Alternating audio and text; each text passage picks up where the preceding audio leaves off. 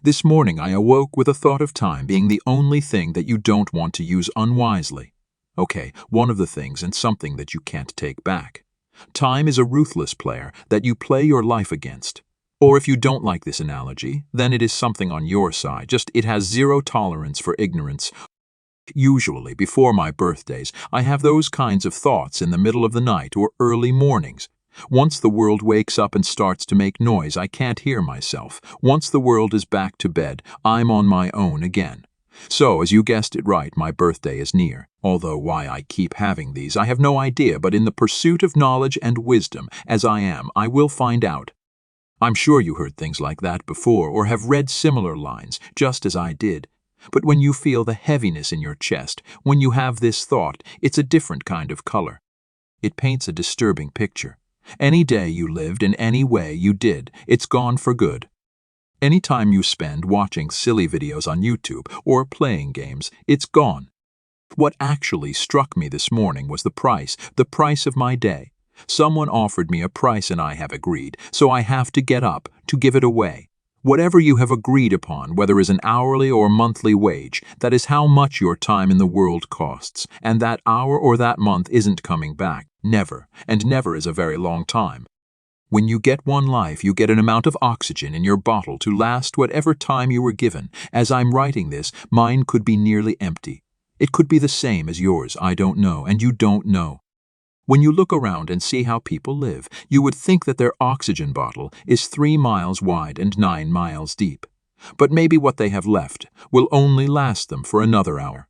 And there are people who have exactly that. We can't swap bottles or fill them back again, and that is exactly what people find out in their last days here on Earth.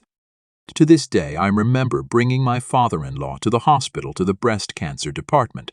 He was fine after a small surgery. With him, it was nothing to do with cancer. But what stayed with me since was a young woman leaving the doctor's room in tears. Everyone in the waiting area paused, looked at each other with sympathy. There was little chatting after that. And I wasn't surprised, considering that you could be the next person to leave this hospital the same way. So she was in her 20s, and I would love to know that she is all right to this day. It is sad that someone like her has to deal with something that threatens her one precious life that she has. Any of us in her place, after finding what we have ahead of us, would realize how precious life is. And just the same way most of us, after hearing the good news that there is nothing we have to worry about, would come back to our day-to-day life, the second we close those doors. Even after my own thinking that morning and praying that for this young lady to stay here with us, not that long after, I started to drift back into my day. But who knows, maybe someone in that room who felt so sorry for her had left a lot less, and maybe she will live a long and happy life. I hope this for her, and me, who was so sorry to see her leaving the hospital, will be long gone. There are thousands of people at this very moment who are catching their last breath. They are leaving us. They lived their lives, enjoyed their moments, made mistakes, and of course wasted some of the time that they would like to have now. And it was wasted on petty fights, worries on passing time, waiting for Friday, waiting for the summer, waiting for Christmas. Some of their time was traded for $7 an hour or $20 an hour. Some spent most of it chasing degrees, fame, fortune, or the next fad. Whatever it was, it doesn't matter now, because while I am finishing saying this, some of them are gone.